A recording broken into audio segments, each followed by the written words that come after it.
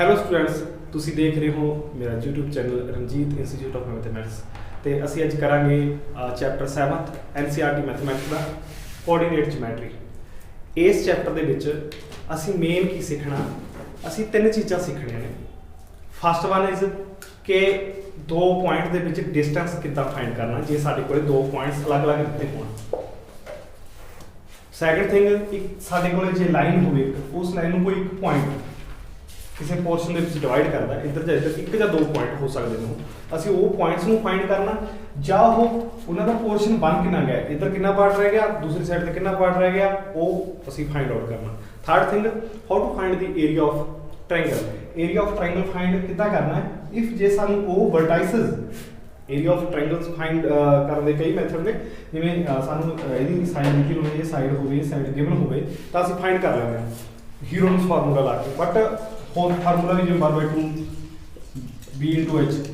But ਜੇ ਸਾਡੇ ਕੋਲ ਇਹ ਨਾ ਸਾਈਡ ਦਿੱਤੀ ਹੋਵੇ, ਨਾ b ਬਾਰੇ ਪਤਾ ਹੋਵੇ, ਨਾ h ਬਾਰੇ ਪਤਾ ਹੋਵੇ, ਸਿਰਫ ਇਹ ਵਰਟਾਈਸਸ ਗਿਵਨ ਹੋਣ ਇਸ ਤਰ੍ਹਾਂ ਵਾਈ ਕੋਡੀ ਇੰਨਾ ਜਿਹਦਾ ਕੋਆਰਡੀਨੇਟ ਜਿਓਮੈਟਰੀ ਦੇ ਵਿੱਚ ਸਭ ਦੋ ਪੁਆਇੰਟ ਦਿੱਤੇ ਹੁੰਦੇ ਨੇ, ਇਦਾਂ ਜੇ ਕੋਈ ਪੁਆਇੰਟਸ ਹੋਣਗੇ ਤਾਂ ਅਸੀਂ ਕਿੱਦਾਂ ਉਹਨੂੰ ਫਾਈਂਡ ਆਊਟ ਕਰਾਂਗੇ। ਤੀਸਰਾ ਪੁਆਇੰਟ ਵੀ ਇੱਥੇ ਹੋ ਸਕਦਾ। ਇਹ ਤਿੰਨੋਂ ਚੀਜ਼ਾਂ ਅਸੀਂ ਸਿੱਖਣੀਆਂ ਨੇ। ਫਸਟ ਆਫ ਆਲ ਅਸੀਂ ਸਿੱਖਾਂਗੇ ਹੁਣ ਇੱਥੇ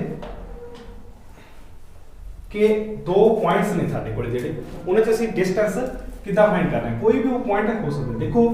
ਕੋਆਰਡੀਨੇਟ ਦੀ ਜਦੋਂ ਗੱਲ ਹੋਈ ਹੈ, coordinate geometry the, that means ਸਾਡੇ ਕੋਲੇ ਕਾਰਟੀਜ਼ਨ ਪਲਾਨ ਇੱਕ ਹੋਏਗਾ ਇਸ ਤਰ੍ਹਾਂ, ਠੀਕ। ਤੇ ਇਹ ਇਹਦਾ ਹੈ ਮੇਨ ਪੁਆਇੰਟ, ਓਰੀਜਨ ਜਿਹਨੂੰ ਅਸੀਂ ਬੋਲਦੇ ਹਾਂ, ਮੂਲ ਬਿੰਦੂ ਪੰਜਾਬੀ ਦੇ ਵਿੱਚ। ਇਹ ਉਸ ਓਰੀਜਨ ਤੋਂ, ਇਹ ਓਰੀਜਨ ਆਲਵੇਜ਼ 0 0 ਹੁੰਦਾ, ਸਾਨੂੰ ਪਤਾ। ਤਾਂ ਕੋਈ ਇਸ ਕੋਆਰਡੀਨੇਟ ਪਲਾਨ ਦੇ ਵਿੱਚ ਕੋਈ ਦੋ ਪੁਆਇੰਟ ਜੇ ਸਾਨੂੰ ਗਿਵਨ ਹੋਣਗੇ ਤਾਂ ਉਹ ਇਸ ਫਾਰਮੈਟ 'ਚ ਹੋਣਗੇ, x and y the format 'ਚ, x y। ਤਾਂ ਇਹਨੂੰ ਟੋਟਲ ਨੂੰ ਅਸੀਂ ਕੋਆਰਡੀਨੇਟ ਬੋਲਦੇ ਹਾਂ, ਕੋਆਰਡੀਨੇਟ। ਤੇ ਇਹ ਇਕੱਲਾ ਐਬਸਿਸ ਹੁੰਦਾ ਤੇ ਇਹ ਆਰਡੀਨੇਟ ਹੁੰਦਾ। ਇਹ x ਤੇ y, ਇਹ ਐਬਸਿਸ ਹੋ ਗਿਆ, ਆਰਡੀਨੇਟ ਹੋ ਗਿਆ, ਪੂਰੇ ਨੂੰ ਅਸੀਂ ਕੋਆਰਡੀਨੇਟ ਬੋਲਦੇ ਹਾਂ। ਤਾਂ ਇਸ ਫਾਰਮੈਟ ਦੇ ਵਿੱਚ ਜੇ ਸਾਨੂੰ ਦੋ ਪੁਆਇੰਟ ਕੋਈ ਦੇ ਦੇ, ਇੱਕ ਪੁਆਇੰਟ ਮੇਰੇ ਕੋਲ ਹੈਗਾ ਸਪੋਜ਼ ਕਰੋ p, ਇੱਕ ਹੈਗਾ q, ਕਿਤੇ ਵੀ ਇੱਥੇ ਹੋ ਸਕਦਾ, ਤੇ ਮੈਂ ਇੱਥੇ ਡਿਸਟੈਂਸ ਫਾਈਂਡ ਕਰਨਾ। ਮੰਨ ਲਓ ਆ p ਹੈ, ਆਹ q ਹੈ, ਇੱਥੇ ਵੀ ਕੋਈ ਪੁਆਇੰਟ ਹੋਏਗਾ, ਮਤਲਬ x ਤੋਂ ਇਹਦਾ ਕੁਝ ਸਮ ਡਿਸਟੈਂਸ ਹੋਏਗਾ x1, ਤੇ ਇਧਰੋਂ y ਤੇ ਤੋਂ ਵੀ ਕੁਝ ਡਿਸਟੈਂਸ ਹੋਏਗਾ ਨਾ। ਜਿਵੇਂ ਦੇਖੋ x 0 ਤੋਂ ਲੈ ਕੇ ਆਹ x ਦਾ ਡਿਸਟੈਂਸ ਹੈ, x ਦੀ ਵੈਲਿਊ ਹੋਗੀ ਸਪੋਜ਼ ਕਰੋ 1 ਹੈ, ਇੱਥੇ 2 ਹੋ ਗਈ, ਜਾਂ ਪੈ ਲੈ ਲਈ ਹੈ ਨਾ, ਜੇ ਆਹ ਮਤਲਬ 2 ਦੇ ਬਿਲਕੁਲ 2 ਦੇ ਸਾਹਮਣੇ। ਤਾਂ ਇੱਧਰ ਨੂੰ y1, ਇੱਥੇ x1 y1 ਹੋ ਸਕਦਾ, ਤੇ ਇੱਧਰ ਵੀ y2 ਹੋ ਸਕਦਾ। ਤਾਂ ਇਹ ਦੋ ਪੁਆਇੰਟ ਨੇ ਮੇਰੇ ਕੋਲੇ, ਇੱਕ x1 ਤੇ y1, ਮੈਨੂੰ ਵੈਸੇ ਮੰਨ ਲਿਆ ਕੋਈ ਨਾ ਕੋਈ ਪੁਆਇੰਟ ਹੋਏਗਾ। ਇਹ ਹੈਗਾ ਸਪੋਜ਼ ਕਰੋ ਮੇਰੇ ਕੋਲੇ x2 y2। ਇਹ 2 ਦਾ ਨਾਮ ਤਾਂ ਦਿੱਤਾ ਕਿਉਂਕਿ ਉਹ ਆਪਾਂ ਫਿਰ ਕਨਫਿਊਜ਼ਨ ਨਾ ਆਪਾਂ ਨੂੰ ਰਹੇ, ਇੱਕ ਦਾ ਨਾਮ 1 ਹੈ, ਇੱਕ ਦਾ ਨਾਮ 2 ਹੈ, ਤੁਸੀਂ a b ਚਾਹੇ ਕੁਝ ਹੋਰ ਲੈ ਲਓ ਪੁਆਇੰਟ। ਜੇ ਡਿਸਟੈਂਸ ਮੈਂ ਫਾਈਂਡ ਕਰਨਾ ਤਾਂ ਇਹਦੇ ਲਈ ਫਾਰਮੂਲਾ ਯੂਜ਼ ਹੁੰਦਾ ਦਿਸ ਵਨ, ਕਿਉਂ x2 x1 whole square plus y2 y1 whole square. But ਆਪਾਂ ਇਹ ਫਾਰਮੂਲੇ ਨੂੰ ਰੱਟਾ ਨਹੀਂ ਲਾਉਣਾ, ਇਹਨੂੰ ਯਾਦ ਨਹੀਂ ਕਰਨਾ, ਇਦਾਂ ਸਮਝਣਾ ਕਿ ਇਹ ਐਕਚੁਅਲੀ ਫਾਰਮੇਸ਼ਨ ਇਹਦੀ ਬਣੀ ਕਿਉਂ ਹੈ, ਇਦਾਂ ਦਾ ਕਿਉਂ ਹੈ। ਤਾਂ ਉਹਦੇ ਵਾਸਤੇ ਦੇਖੋ, ਇੱਥੋਂ ਤੋਂ ਜਿਵੇਂ ਉਰੇ ਤੱਕ ਡਿਸਟੈਂਸ ਲਵਾਂ ਤਾਂ ਉਹ ਕਿੰਨਾ x1, ਜੇ ਇੱਥੋਂ ਤੋਂ ਮੈਂ ਇੱਥੇ ਤੱਕ ਚਲਾ ਜਾਵਾਂ ਫਿਰ ਕਿੰਨਾ x2 ਹੈ। ਦੈਟ ਮੀਨਸ ਜੇ ਮੈਂ ਇਹਦੀ ਗੱਲ ਕਰਾਂਗੇ, ਇਹਨੇ ਪੋਰਸ਼ਨ ਆ ਕਿੰਨਾ ਹੈਗਾ, ਇਹ ਕੀ ਹੈ ਮੇਰੇ ਕੋਲ, ਇਹਨੂੰ ਆਪਾਂ ਥੋੜਾ ਜਿਹਾ ਛੋਟਾ ਲਿਖ ਲੈਂਦੇ ਹਾਂ। ਤਾਂ ਇੱਥੋਂ ਤੋਂ ਇੱਥੇ ਤੱਕ ਜਾਣ ਵਾਸਤੇ ਕਿੰਨਾ ਹੋਊਗਾ ਮੇਰੇ ਕੋਲ, x2 ਦੇ ਵਿੱਚੋਂ x1 ਮਾਈਨਸ ਕਰ ਦਾਂਗੇ, ਇਹੀ ਹੋਏਗਾ ਨਾ। ਦੇਖੋ ਇੱਥੇ ਤੱਕ ਸੀਗਾ x1, ਉਰੇ ਤੱਕ ਸੀਗਾ x2, ਸਪੋਜ਼ ਕਰੋ ਇੱਥੇ ਤੱਕ 10 ਸੀ, ਆ 5 ਸੀ, ਤਾਂ 5 ਮਾਈਨਸ ਕਰਤਾ, ਇੰਨੇ ਰਹਿ ਗਿਆ ਵਿਚਕਾਰ। ਸੇਮ ਹੈ ਇੱਧਰ ਨੂੰ, ਦੇਖੋ ਜੇ ਮੈਂ ਇਹਨੂੰ ਜੁਆਇਨ ਕਰਨਾ, ਇੱਥੋਂ ਤੋਂ ਇੱਥੇ ਤੱਕ ਸੀਗਾ, ਇਹ ਮੇਰੇ ਕੋਲ ਸੀਗਾ y1 ਪੁਆਇੰਟ। ਦੇਖੋ ਇਹ y1 ਦਾ ਪੁਆਇੰਟ ਹੈ ਨਾ ਸਾਰਾ, ਇਹ ਤਾਂ ਪਤਾ ਨਾ ਕਿ ਕੋਆਰਡੀਨੇਟ ਜਿਓਮੈਟਰੀ ਦੇ ਉੱਪਰ ਸਪੋਜ਼ ਕਰੋ ਮੈਂ x1 ਦੀ ਗੱਲ ਕਰ ਰਿਹਾ, ਤਾਂ x1 ਮਤਲਬ ਇਹ ਸਾਰਾ x1 ਹੈ ਨਾ, ਉਹ ਇੱਧਰ ਨੂੰ ਵੀ ਹੋ ਸਕਦਾ, ਇੱਧਰ ਨੂੰ ਵੀ ਹੋ ਸਕਦਾ, ਮੈਨੂੰ ਨਹੀਂ ਪਤਾ। ਜਦੋਂ ਉਹਦੀ ਗੱਲ ਹੋ ਰਹੀ ਉਹ ਪੋਜ਼ਿਟਿਵ ਨੈਗੇਟਿਵ ਤੇ ਬਾਅਦ ਦੀ ਗੱਲ ਹੈ, ਉਹ ਕਿੱਧਰ ਨੂੰ ਗਿਆ, ਜਿੱਧਰ ਨੂੰ ਸਾਨੂੰ ਲੋਡ ਹੁੰਦੀ ਸੀ ਉਧਰ ਨੂੰ ਲੈਂਦੇ ਆ। ਫਿਲਹਾਲ ਮੈਂ x ਦੇ ਪੋਜ਼ਿਟਿਵ ਦੀ ਗੱਲ ਕਰ ਰਹਾ, ਉਹ ਇੱਧਰ ਨੂੰ ਹੋਏਗਾ। ਇੱਦੀ ਜੇ y ਦੀ ਗੱਲ ਕਰੀਏ, y1 कोई तो वो आ लाइन होगी y1 की दैट मींस आ सारी लाइन ते किते भी y1 वो पॉइंट होएगा तो आ पॉइंट भी y1 होएगा सेम है जो तुसी एक तो फिर दो ते गए ते y2 होएगा ठीक देखो y2 ते पहुंचे से ये जे डिस्टेंस में फाइंड करना होवे तो ਕੀ ਹੋਊਗਾ y2 ਦੇ ਵਿੱਚੋਂ ਆ y1 ਵਾਲਾ ਪੋਰਸ਼ਨ ਕੀ ਕਰ ਦਾਂਗੇ ਆਪਾਂ ਮਾਈਨਸ ਕਰ ਦਾਂਗੇ ਤਾਂ ਸਾਡੇ ਕੋਲੇ ਜਿਹੜਾ ਆ ਪੋਰਸ਼ਨ ਆ ਆ ਇੰਨਾ ਇਹ ਡਿਸਟੈਂਸ ਹੈ ਇਹ ਹੋ ਗਿਆ x2 x1 ਇਹ ਹੋ ਗਿਆ y2 y1 ਦਿਸ ਵਨ ਤੇ ਅਸੀਂ ਫਾਈਂਡ ਕੀ ਕਰਨਾ ਹੈ pq ਦੇਖੋ ਬਾय ਪਾਇਥਾਗੋਰਸ ਥਿयोरम ਦੇ ਰੂਲ ਦੇ ਅਕੋਰਡਿੰਗ ਇਹ ਕੀ ਚੀਜ਼ ਹੈ दिस इज h हाइपोटेन्यूस कर्न ਜਿਹਨੂੰ ਬੋਲਦੇ ਆ दिस इज परपेंडिकुलर है ना ਇੱਥੇ ਸਾਡੇ ਕੋਲ q ਪੁਆਇੰਟ ਹੈ ਇੱਥੇ ਸਾਡੇ ਕੋਲ p ਪੁਆਇੰਟ ਹੈ ਇਹ ਕੋਈ ਹੋਰ ਪੁਆਇੰਟ ਮੰਨ ਲਓ ਸਪੋਜ਼ ਕਰੋ ਇਹ a ਪੁਆਇੰਟ ਹੈ ਤਾਂ ਅਸੀਂ ਕੀ ਫਾਈਂਡ ਕਰਨਾ ਜੇ ਅਸੀਂ ਆ ਫਾਈਂਡ ਕਰਨਾ ਹੋਵੇ h ਫਾਈਂਡ ਕਰਨੀ ਹੋਵੇ ਤਾਂ ਮੇਰੇ ਕੋਲ ਰੂਲ ਹੈ h square is equal to p मतलब परपेंडिकुलर ਦੀ ਸਕੁਅਰ ਪਲੱਸ b मतलब बेस ਦੀ ਸਕੁਅਰ है ना सेम रूल pq मतलब pq ਦੀ ਸਕੁਅਰ ਪੂਰੇ ਇਜ਼ ਇਕੁਅਲ ਟੂ p ਜੇ ਇਸ ਨੂੰ ਅਸੀਂ a ਪੁਆਇੰਟ ਕਹਿੰਦੇ ਆ ਤਾਂ p a the square plus a q square p a the value ਦੇਖੋ ਕਿੰਨੀ ਹੈ x2 x1 ਦੀ होल स्क्वायर अच्छा a क्यों कितना है ਸਾਡੇ ਕੋਲੇ प्लस y2 y1 ਉਹਦੀ होल स्क्वायर ਇਧਰ ਦਾ ਸਕੁਅਰ ਇਧਰ ਜਾ ਕੇ ਸਕੁਅਰ ਰੂਟ ਆ ਜਾਂਦਾ ਇਹਦੇ ਉੱਪਰ ਜਿਹੜਾ ਇਹ ਜਿਹੜਾ ਨੋਟੇਸ਼ਨ ਹੈ ਇਹ ਹੈਗੀ ਹੈ ਡਿਸਟੈਂਸ ਦੀ ਮਤਲਬ ਡਿਸਟੈਂਸ ਨੂੰ ਅਸੀਂ ਇਸ ਤਰ੍ਹਾਂ ਇਸ ਨੋਟੇਸ਼ਨ ਦੇ ਨਾਲ ਡਿਨੋਟ ਕਰਦੇ ਹਾਂ pq ਠੀਕ ਹੈ ਡਿਸਟੈਂਸ ਵਾਸਤੇ ਇਹ ਯੂਜ਼ ਕਰਦੇ ਹਾਂ ਤਾਂ ਦੇਖੋ ਆ ਕੀ ਹੈ ਆ ਦੇਖੋ ਸਿੰਪਲ ਨੰਬਰ ਤਾਂ ਇਹ ਡਰਾਈਵ ਕਿੱਥੋਂ ਹੋਇਆ ਫਾਰਮੂਲਾ ਇਹ ਡਰਾਈਵ ਇੱਥੋਂ ਹੋਇਆ ਕਿ ਜਿਹੜੀ ਕਿਸੇ ਕੋਆਰਡੀਨੇਟ ਪਲਾਨ ਦੇ ਵਿੱਚ ਕੋਈ ਦੋ ਪੁਆਇੰਟ ਸੀਗੇ ਇੱਕ ਪੁਆਇੰਟ ਸੀਗਾ ਕਿਤੇ ਸਾਨੂੰ ਨਹੀਂ ਪਤਾ ਇੱਕ ਕਿਤੇ ਹੋਰ ਸੀਗਾ ਉਹਨਾਂ 'ਚ ਜਦੋਂ ਅਸੀਂ ਡਿਸਟੈਂਸ ਫਾਈਂਡ ਕਰਨਾ ਤਾਂ ਅਸੀਂ ਆਹ ਫਾਰਮੂਲਾ ਯੂਜ਼ ਕਰਿਆ ਕਰਾਂਗੇ ਜਿਵੇਂ ਇਹ ਕੋਈ ਜ਼ਰੂਰੀ ਨਹੀਂ ਕਿ ਇੱਥੇ ਹੋਣਗੇ ਪੁਆਇੰਟ ਉਰੇ ਹੋ ਕੇ ਦੂਸਰਾ ਪੁਆਇੰਟ ਇੱਥੇ ਹੋਵੇ ਕਿਤੇ ਭਾਜੀ ਹੋਵੇ ਉਹ ਸਾਰੇ ਹਰ ਥਾਂ ਤੇ ਇਹੀ ਫਾਰਮੂਲਾ ਹੈ ਡਰਾਈਵ ਹੋਣਾ ਜੇ ਤੁਸੀਂ ਬਣਾ ਕੇ ਵੀ ਦੇਖੋਗੇ ਸੇਮ ਇਹਨੇ ਦੁਬਾਰੇ ਇੱਦਾਂ ਹੀ ਬਣਨਾ ਸੋ ਅਸੀਂ ਇਸ ਫਾਰਮੂਲੇ ਨੂੰ ਹੁਣ ਯੂਜ਼ ਕਰਾਂਗੇ so let's come to the first question this is ਇਹ ਕੁਐਸਚਨ ਨੰਬਰ 1 ਐਕਸਰਸਾਈਜ਼ 7.1 ਦੇਖੋ ਇੱਕ ਸਾਡੇ ਕੋਲੇ 1 ਸੀ 2 and 3 4 and 1 ਇਹ ਦੋ ਪੁਆਇੰਟ ਨੇ ਇਹ ਦੋ ਪੁਆਇੰਟ ਸਪੋਜ਼ ਕਰੋ ਦਿਸ ਇਜ਼ ਇਹ p ਮੇਰੇ ਕੋਲੇ ਪੁਆਇੰਟ ਹੈ p ਪੁਆਇੰਟ ਹੈ ਮੇਰੇ ਕੋਲੇ 2 and 3 and this one is a q 4 and 1 ठीक तो ਅਸੀਂ डिस्टेंस फाइंड करना p ਤੇ q ਦੇ ਵਿੱਚ ਬਿਟਵੀਨ ਤਾਂ this is a formula of pq ਕੀ ਕਰ ਹੁੰਦਾ x2 x1 whole square plus y2 y1 whole square this is a x1 y1 x2 y2 x2 the value 4 ਆ ਇੱਥੇ 4 x1 ਦੀ value 2 ਆ 2 ਇਹਦੀ whole square plus y2 ਦੀ value 1 y1 ਦੀ value ਕਿੰਨੀ ਹੈ 3 ਇਹਦੀ whole square ਪਹਿਲਾਂ ਅਸੀਂ ਬ੍ਰੈਕਟ ਨੂੰ ਸੋਲਵ ਕਰਾਂਗੇ 4 ਦੇ ਵਿੱਚੋਂ 2 ਸਬਟ੍ਰੈਕਟ ਕਰੀਏ ਦੈਨ ਮੇਰੇ ਕੋਲ ਕੀ ਆ ਜਾਏਗਾ 2 ਉਹਦੀ ਸਕੁਅਰ 1 ਦੇ ਵਿੱਚੋਂ 3 ਨੂੰ ਜੇ ਸਬਟ੍ਰੈਕਟ ਕਰਨਾ ਦੈਨ -2 ਆਏਗਾ ਉਹਦੀ ਸਕੁਅਰ ਹੋਏਗਾ 2 2 ਜਾ 4 ਐਂਡ 2 2 ਜਾ 4 ਮਾਈਨਸ ਨੂੰ ਮਾਈਨਸ ਨਾਲ ਜਦੋਂ ਮਲਟੀਪਲਾਈ ਕੀਤਾ ਉਹ ਪਲੱਸ ਹੋ ਗਿਆ ਤਾਂ ਮੇਰੇ ਕੋਲ ਟੋਟਲ ਕਿੰਨਾ ਆ ਗਿਆ 8 ਆ ਗਿਆ ਤਾਂ 8 ਦੇ ਵਿੱਚੋਂ ਅਸੀਂ ਦੇਖੋ 8 ਨੂੰ ਕਿੱਦਾਂ ਇਦਾਂ ਐਕਸਪੈਂਡ ਕਰ ਲਾਂਗੇ 2 2 2 ਫਿਰ ਇਹ 2 ਦਾ ਜੇ ਪੇਅਰ ਹੋਵੇ ਸਾਡੇ ਕੋਲੇ ਸਕੁਅਰ ਰੂਟ ਦਾ ਰੂਲ ਸਾਨੂੰ ਇਹ ਦੱਸਦਾ ਕਿ ਇੱਕ ਪੇਅਰ ਚੋਂ ਅਸੀਂ ਇੱਕ ਨੰਬਰ ਨੂੰ ਬਾਹਰ ਲਿਖ ਸਕਦੇ ਹਾਂ ਇਹਦੇ square root then √2 this is a answer ਇਹ ਡਿਸਟੈਂਸ ਆ ਗਿਆ ਕਿਸੇ ਦਾ ਉਹ p ਕਿਉਂ ਦੋ ਪੁਆਇੰਟ ਸੀਗੇ ਤੁਸੀਂ ਇਹਨੂੰ a ਵੀ ਲਿਖੋ ਜਾਂ ਕੁਝ ਹੋਰ ਮੈਂ ਦੋ ਕੁਐਸਚਨ ਇਕੱਠੇ ਕਿਉਂ ਲਿਖੇ ਨੇ ਦੇਖੋ ਇਹਦੇ ਵਿੱਚ ਸਾਡੇ ਕੋਲੇ ਚਾਰੋਂ ਜਿਹੜੀਆਂ ਵੈਲਿਊਜ਼ ਸੀਗੀਆਂ ਉਹ ਪੋਜ਼ਿਟਿਵ ਸੀਗੀਆਂ ਚਾਰੋਂ ਦੀਆਂ ਚਾਰੋਂ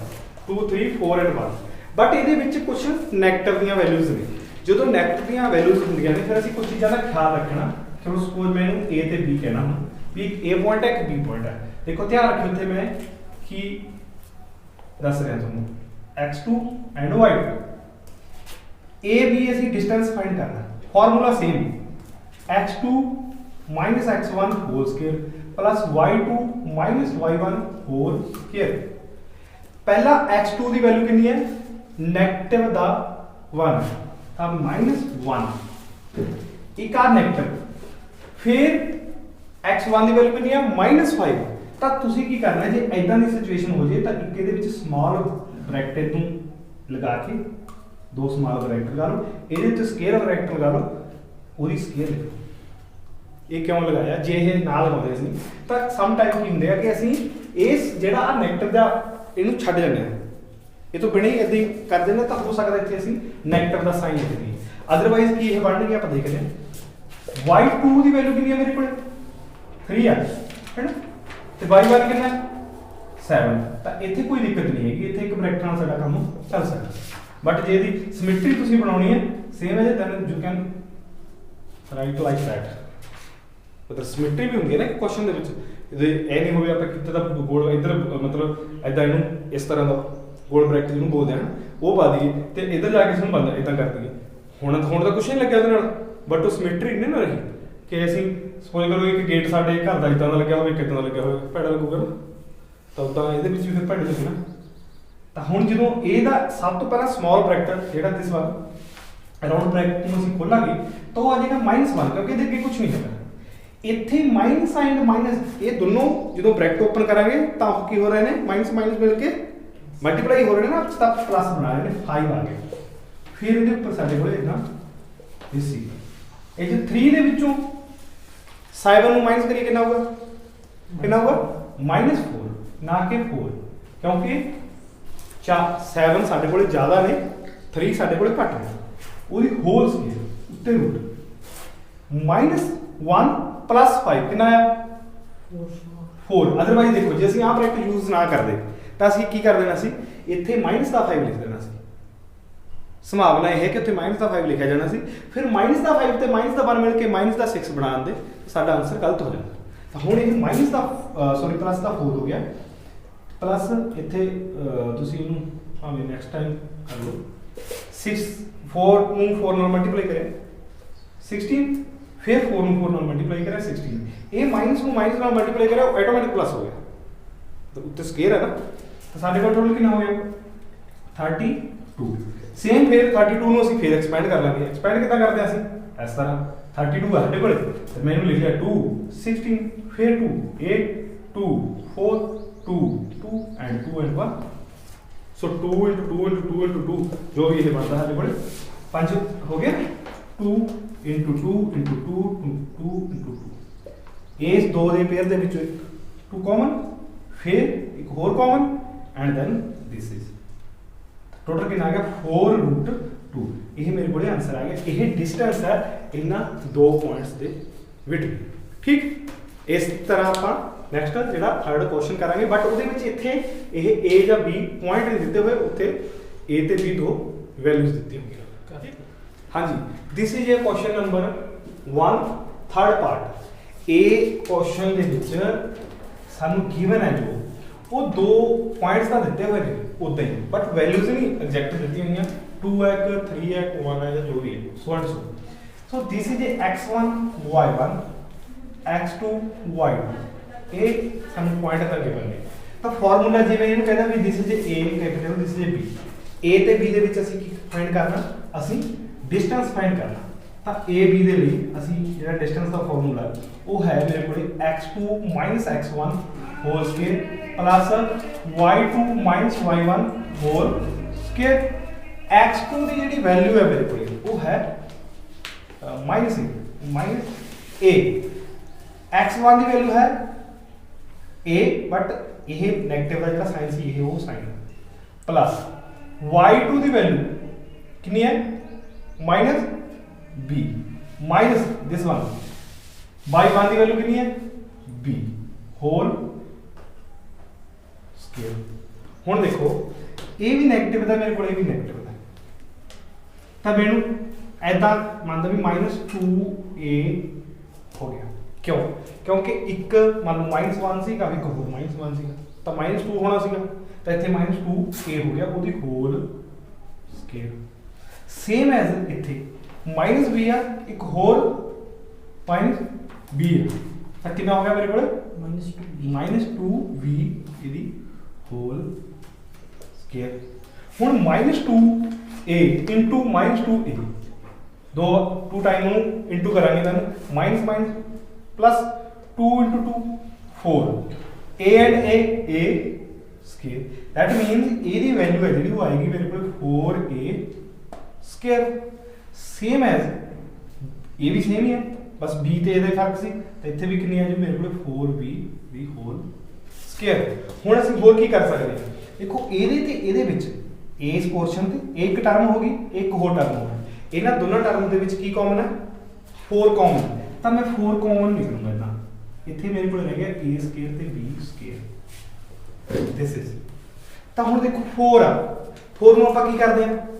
2 into 2 ਲਿਖਦੇ ਆ ਨਾ ਤਾਂ ਇੱਥੇ 2 into 2 ਲਿਖਿਆ ਜਾ ਸਕਦਾ a square plus b square whole square root pair ਦੇ ਵਿੱਚੋਂ ਇੱਕ ਕਾਮਨ ਤਾਂ ਮੇਰੇ ਕੋਲ ਆ ਜਾਏਗਾ this work a square plus b square this is a answer ab ਦਾ ਜਿਹੜਾ ਡਿਸਟੈਂਸ ਆ ਗਿਆ ਇਹ ਆ ਗਿਆ ਐਦਾਂ ਪਰ ਇੱਥੇ ਇੱਕ ਦਿੱਕਤ ਇਹ ਹੈ ਕਿ ਸਮ ਟਾਈਮ ਇੱਥੇ ਇੱਕ ਕੋਲੇ ਨੈਗੇਟਿਵ ਹੁੰਦਾ ਇੱਕ ਕੋਲੇ ਪੋਜ਼ਿਟਿਵ ਹੁੰਦਾ ਤਾਂ ਤੁਸੀਂ ਇਹ ਖਿਆਲ ਰੱਖਣਾ ਫਿਰ ਉੱਥੇ ਉਹ 0 ਹੋ ਜਾਣਾ ਜਾਂ ਇਹ ਸਾਹਮਣੇ ਕੋਈ ਵੈਲਿਊਜ਼ ਹੁੰਦੀਆਂ ਫਿਰ ਕੀ ਹੋ ਜਾਣਾ ਸੀ ਯਾਨੀ ਇਹ ਨੈਗੇਟਿਵ ਤੇ ਪੋਜ਼ਿਟਿਵ ਦੀਆਂ ਜਿਹੜੀਆਂ ਵੈਲਿਊਜ਼ ਇੱਥੇ ਦਿੱਤੀਆਂ ਹੁੰਦੀਆਂ ਨੇ ਇੱਥੇ ਉਹਨਾਂ ਦਾ ਤੁਸੀਂ ਪ੍ਰੋਪਰ ਧਿਆਨ ਰੱਖਣਾ ਜੇ ਤੁਸੀਂ ਉਹਦੇ ਵਿੱਚ ਥੋੜੀ ਜਿਹੀ ਵੀ ਮਿਸਟੇਕ ਕਰਕੇ ਤਾਂ ਨਾ ਤੁਹਾਡਾ ਇਹ ਕੁਐਸਚਨ ਹੈ ਨਾ ਪੂਰਾ ਗਲਤ ਹੋ ਜਾਣਾ ਕਿਉਂਕਿ ਇੱਥੇ ਜੇ ਤੁਸੀਂ ਸਾਈਨ ਨੂੰ ਅੱਗੇ ਪਿੱਛੇ ਕਰਕੇ ਪਹਿਲਾਂ ਆਪਾਂ ਲਾਸਟ ਸਿੱਖਿਆ ਨਾ ਕਿ ਇਹਦੇ ਵਿੱਚ ਜੇ ਤੁਹਾਨੂੰ ਨਹੀਂ ਪਤਾ ਲੱਗਦਾ ਤਾਂ ਸਮਾਲ ਬ੍ਰੈਕਟ ਲਗਾ ਲਓ ਜੇ ਦੋ ਕਿਤੇ ਨੈਗੇਟਿਵ ਸਾਈਨ ਇਕੱਠੇ ਹੁੰਦੇ ਦਿਖਦੇ ਨੇ ਇੱਕ ਵਾਰ ਚ ਉਹਨੂੰ ਸੋਲਵ ਕਰਨ ਦੀ ਬਜਾਏ ਦੋ ਵਾਰ ਲਿਖ ਲਓ ਤਾਂ ਕਿ ਤੁਹਾਨੂੰ ਉਹ ਈਜ਼ੀ ਹੋਵੇ ਠੀਕ ਹੈ ਸੋ ਦੋਸਤੋ ਜੇ ਤੁਹਾਨੂੰ ਵੀਡੀਓ ਚੰਗੀ ਲੱਗੀ ਤਾਂ ਆਪਣੇ ਦੋਸਤਾਂ ਨਾਲ ਸ਼ੇਅਰ ਕਰੋ ਤੇ ਮੇਰੇ ਚੈਨਲ ਤੋਂ ਹੋਰ ਵੀਡੀਓਜ਼ ਦੇਖਣ ਲਈ ਮੇਰੇ ਚੈਨਲ ਨੂੰ ਸਬਸਕ੍ਰਾਈਬ ਕਰੋ ਥੈਂਕ ਯੂ